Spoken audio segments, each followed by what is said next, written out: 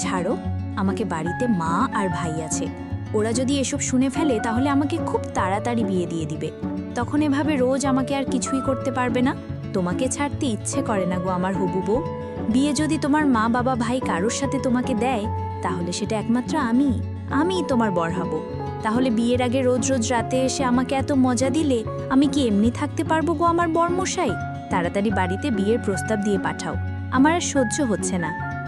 দিব আমার সোহাগী বলো, প্রস্তাব অতি শীঘ্রই দিয়ে পাঠাবো। তার আগেও তোমাকে ভালো মতো একটু যাচাই করে নিই, তুমি গাছে উঠতে দিতে পারো কিনা।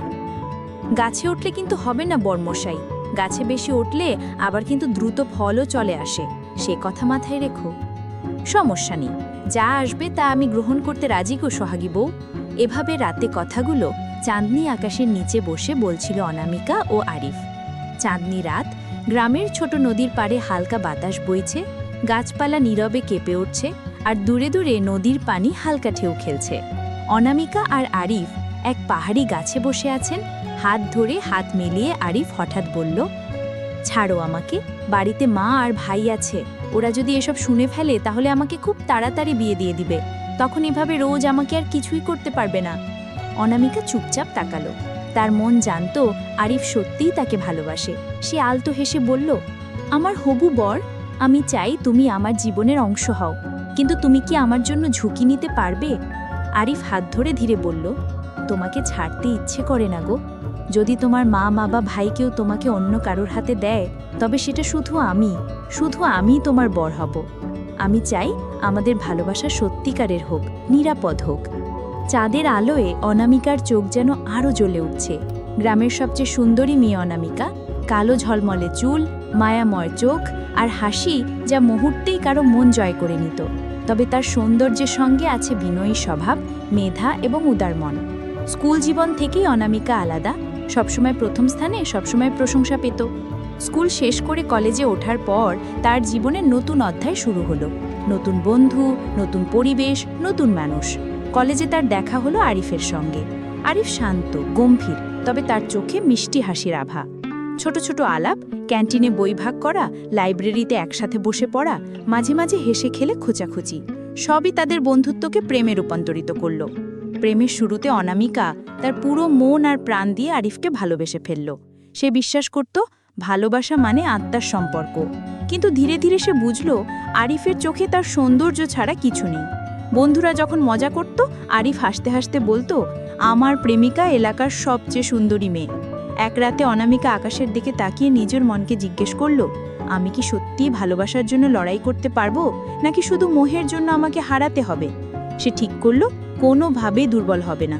ভালোবাসা যদি সত্যিই তাকে রক্ষা করবে, যদি না হয় নিজের সম্মান ধরে রাখবে। পরবর্তী দিন অনামিকা আরিফকে ডেকে বলল, আমি চাই তুমি আমাকে জীবনের সঙ্গী হিসেবে দেখো। যদি সত্যিই ভালোবাসো প্রমাণ করো, না পারলে আমাদের সম্পর্ক এখানেই শেষ। আরিফ প্রথমে দ্বিধাগ্রস্ত হলেও অনামিকার দৃঢ়তা তাকে নাড়িয়ে দিল। সে বুঝল অনামিকা শুধু রূপে নয়, চরিত্রেও আত্মায়ও অনন্য। কয়েকদিন পর আরিফ তার পরিবার সহ অনামিকার বাড়িতে উপস্থিত হলো। সবার সামনে ঘোষণা করল, আমি অনামিকাকে ভালোবাসি, আমি তাকে সম্মান সহ বিয়ে করতে চাই।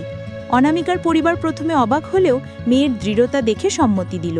বিয়ের দিন অনামিকা হলুদ আর লাল শাড়িতে সাজছিল।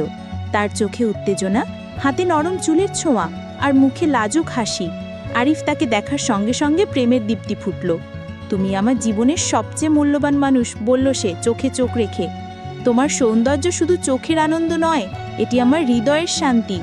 অনামিকা লাজুকভাবে হেসে বলল, আর তুমি আমার আত্মার সঙ্গী, তুমি ছাড়া আমি অসম্পূর্ণ।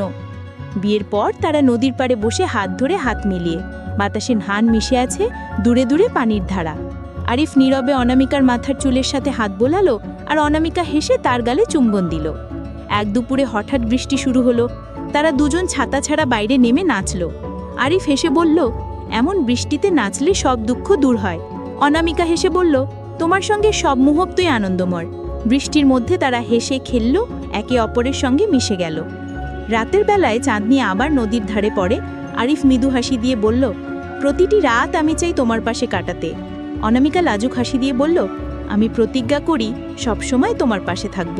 চাঁদের আলোয় তাদের চোখে চোখ রেখে বোঝা যায় আর আরিফ এক পাহাড়ি গাছে বসে আছেন।